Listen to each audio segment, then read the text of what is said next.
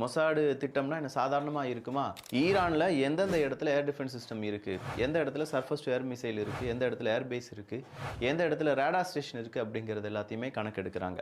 அப்படி கணக்கெடுத்து அதுக்கான லேட்டிடியூட் லாஞ்சிடியூட் லொகேஷன் இது எல்லாத்தையுமே பதிவு பண்றாங்க. அப்படி பதிவு பண்ண பிறகு மொசாட் யூனிட் அங்கங்க என்ன செய்யுது, ஹைலி எக்ஸ்ப்ளோசிவான கைடட் மிசைல்ஸ், ட்ரோன்ஸ் இது எல்லாத்தையுமே கொண்டு பதிவு பண்ணி வைக்கிறாங்க. ஸோ இஸ்ரேலினுடைய விமானப்படை தயாராகுது ஈரானுக்கு எதிரான தாக்குதல் நடவடிக்கை. 234 டார்கெட் அப்படின்னு சொல்லும்போது இஸ்ரேலினுடைய விமானப்படை கொஞ்சமாக ஈரானுக்குள்ளே வரும்போது ஈரான் தான் சென்ஸ் பண்ணிடுவாங்கல்ல, ஏன்னா அவங்கக்கிட்ட ஏர் டிஃபென்ஸ் சிஸ்டம் இருக்குல்ல.